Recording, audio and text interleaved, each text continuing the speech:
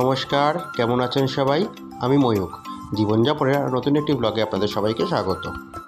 আজ অনেক দিন পর কিন্তু ভিডিও করছি বা ব্লগ বানাচ্ছি। আসলে মাঝখানে অনেকগুলো দিন চলে গেছে। নিজের একটু পার্সোনাল কিছু সমস্যার জন্য আমি ভিডিওতে ঠিক মন দিতে পারিনি বা আপনাদের সঙ্গে কথা বলার মতন মন মানসিকতা ছিল না।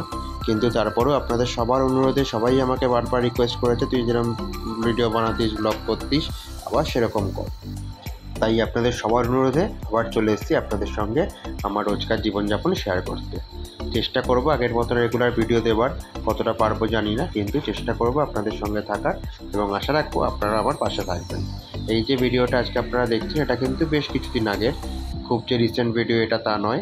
তবে এই ভিডিওটি লাস্ট আমি করেছিলাম, ভেবেছিলাম ব্লগটা ছাড়বো, কিন্তু তারপর আর ছাড়া হয়ে ওঠেনি। সেই জন্য আজকে আবার যখন শুরু করলাম এই ব্লগটা দিয়েই কিন্তু আমার ভিডিও আমি শুরু করছি। হয়তো দেখে এতক্ষণ বুঝতেই পারলেন ট্রেনে করে আমি আসছিলাম। আমি আজকে যাচ্ছি বজবজ বাটানগরে। অলরেডি এখন চলেও এসেছি আমি নুঙ্গি স্টেশন, দেখছেন অটো স্ট্যান্ড, এখান থেকে অটো ধরবো আর অটোয় করে এখন গিয়ে নামবো মল্লিক বাজার। এই যে যাচ্ছি আজকে আমি, এটা একটা নেমন্তন্ন বাড়ি। তবে নেমন্তন্ন কিন্তু এটা দেশের নেমন্তন্ন নয়, এটা হচ্ছে অ্যাকচুয়ালি একটা গোপাল পুজোর নেমন্তন্ন। আমরা বাড়ির লোক সবাই একটা গোপাল বাড়িতে আসি, আর সেটাই বজবজেই, যেটা কিন্তু আপনাদের সঙ্গে একটু বাদেই আমি শেয়ার করতে চলেছি। এখানে কেন আসি বা কী ঘটনা এখানে, সব বৃত্তান্তটা।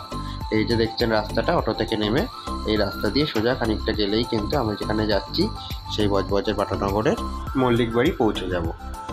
আর আমি আর যাচ্ছি কিন্তু এই মল্লিক বাড়িতেই, যে গোপাল পুজোর নেমন্তন্ন বললাম সেটা কিন্তু ওই মল্লিক বাড়িতেই। চলুন যেতে যেতে আপনাদের সঙ্গে শেয়ার করি গোপাল বাড়ির রহস্যটা। আসলে এই গোপাল বাড়িতে, যে মল্লিক বাড়িতে আমি যাচ্ছি, সেই বাড়িতে আমরা একটা দিদা বলি আর কি, সেই দিদা, দাদু এবং তার 3 মেয়ে থাকতো। তো দিদার কিন্তু কোনো ছেলে ছিল না বলে খুব আফসোস ছিল, কিন্তু দিদা ছিল খুব গোপাল ভক্ত। সেই জন্য দিদা কিন্তু নিত্যদিন গোপালের সেবা করতো এবং পুজো করতো, এবং গোপালকে বারংবার বলতো, গোপাল, আমার যদি তোর মতন একটা ছেলে থাকতো তাহলে আমি খুব খুশি হতাম। যাই হোক, তো দিদার হঠাৎ করে সেই স্বপ্ন পূরণ হয়। দিদা হঠাৎ করে বুঝতে পারে সেই গোপালের মধ্যে প্রাণ রয়েছে এবং দিদার বাড়িতে সেই গোপাল কিন্তু স্বয়ং নিজে বিরাজমান। কীরকম দিদা বুঝতে পারে না, তার একটা উদাহরণ দিই। দিদা হঠাৎ হাসপাতালে ভর্তি ছিল কোনো একটা শরীর খারাপ সংক্রান্ত কারণে। তো দিদা যখন হসপিটালে ভর্তি, দিদা বিছানায় শুয়ে শুয়ে খুব গোপালকে ডাকতো যে, বাবু তুই আমাকে ভালো করে দে, আমি যেন তাড়াতাড়ি ভালো হয়ে বাড়ি ফিরতে পারি। আর দিদা সবসময় বুঝতে পারতো দিদার মাথার কাছে কেউ একজন দাঁড়িয়ে আছে, দিদাকে সারাক্ষণ কেউ একজন পাহারা দিচ্ছে। এবার যখন দিদার ছুটি হয়, দিদা যখন হসপিটাল থেকে রিলিজ পায়, তখন জানতে পারে যে হাসপাতালে এসে একটা বাচ্চা ছেলে রোজ দিদাকে দেখতে আসতো, এবং সেই বাচ্চা ছেলেটিই কিন্তু নার্সিংহোমের সমস্ত বিল মিটিয়ে দিয়ে যায়। তখন থেকে দিদা বুঝতে পারে যে বাবু কিন্তু তার সাথেই সারাক্ষণ রয়েছে, এবং তারপর থেকেই দিদার বাড়িতে বাবুর সেবা যত্ন নিত্যদিন হয় এবং দিদা তাকে তার ছেলে হিসাবে যত্নার্থী করে। আর আমরাও কিন্তু বেশ কিছু মানুষ আছি, তারা ওই বাবুর শরণাপন্ন হই এবং আস্তে আস্তে বুঝতে পারি বাবু কিন্তু আমাদেরকেও তার আশীর্বাদের হাত মাথার উপরে রেখেছে। এই যে দেখছেন, এটাই হচ্ছে কিন্তু বাবু। এই যে পাশে গোপালটা রয়েছে দেখছেন, এটাও কিন্তু একটা গোপাল। এরকম অনেক অজস্র অসংখ্য গোপাল এখানে আছে, তার মধ্যে কিন্তু এই যে এই গোপালটিই হচ্ছে বাবু। এর গল্পই কিন্তু এতক্ষণ আপনাদেরকে করলাম। যেটা বলছিলাম, এখানে কিন্তু সব ঠাকুরই মোটামুটি আছে। তো আমরা এখানে যাতায়াত করি আজ বহু বছর ধরে। তো এরকমই একটা ঘটনা আমার সঙ্গে ঘটে যাওয়া বলি। আমি কিন্তু একবার বজবজ বাটানগরেই আসছিলাম দিদার কাছে কোনো একটা কারণে। তো আস্তে আস্তে কিন্তু আমি ট্রেনের মধ্যে আমার ব্যাগের মধ্যে আমার মানি ব্যাগ, খুব দামি একটি আমার ক্যামেরা এবং অনেক দামি জিনিসপত্র ট্রেনের মধ্যে ফেলে চলে আসি দিদার বাড়িতে।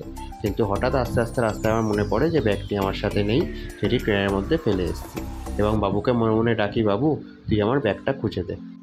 এই দেখুন, এটাই হচ্ছে সেই দিদা। এই দিদাই কিন্তু সেই ভাগ্যবতী যে কিনা গোপালের স্বয়ং সেবা করতে পারছেন, এবং সে গোপাল তার বাড়িতে তার ছেলে রূপে রয়েছে। যাই হোক, যেটা বলছিলাম আপনাদের এতক্ষণ, তো সেই যে ব্যাগটা আমার হারিয়ে যায় এবং বাবুকে আমি অনেক করে ডাকি। দিয়ে আমি যখন স্টেশনে যাই, স্টেশন মাস্টারকে কমপ্লেন করি। তো স্টেশন মাস্টার ফোন করে বজবজ স্টেশন থেকে ট্রেনে সার্চ করতে বলে, কিন্তু তারা খুব ব্যাগটি খুঁজে পায় না। কিন্তু আমি বলি তাও স্টেশন মাস্টারকে যে, স্টেশন স্যার, আমাকে একটাবার ট্রেনে যে কম্পার্টমেন্টে আমি ছিলাম সেটা একটু আমাকে দেখতে দিন, আমি নিজের চোখে একবার দেখতে চাই। তো পরে যখন ট্রেনটি স্টেশনে আবার ঢোকে, তখন আমি ট্রেনটিতে উঠি এবং বাবুর নাম নিয়ে দেখি ব্যাগটি কিন্তু আমার যথাস্থানে ঠিক একইভাবে পড়ে আছে, একটি জিনিসও ওখান থেকে খোয়া যায়নি। এরকমই কিন্তু বাবুর নানান রকম লীলা, নানান রকম আশীর্বাদ আমরা বারংবার পেয়ে থাকি।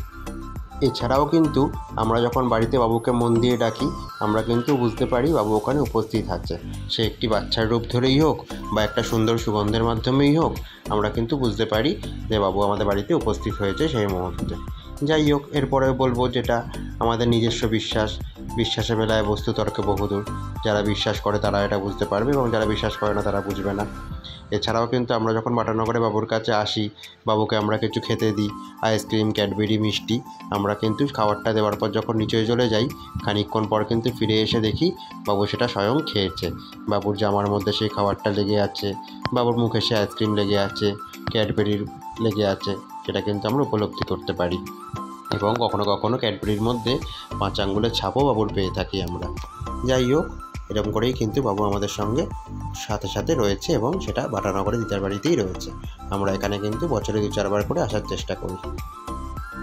আর এই যে দিদাকে আমরা দেখালাম যে বাবুর মা এখানে, সেই দিদা কিন্তু আজকে যত বছর ধরে দিদাকে আমরা দেখছি, দিদা কিন্তু একই রকম সুন্দরী রয়েছে। আর দিদার সান্নিধ্যে এলেই কিন্তু একটা সুন্দর পরম শান্তি হয়। দিদার গায়ের যে সুন্দর গন্ধ, দিদার যে সুন্দর পরম স্নেহের আশীর্বাদের হাত মাথার ওপর, তাতেও কিন্তু অনেকটা মন শান্তি হয়ে যায়।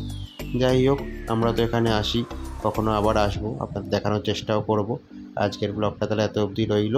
সবাই ভালো থাকবেন, সুস্থ থাকবেন।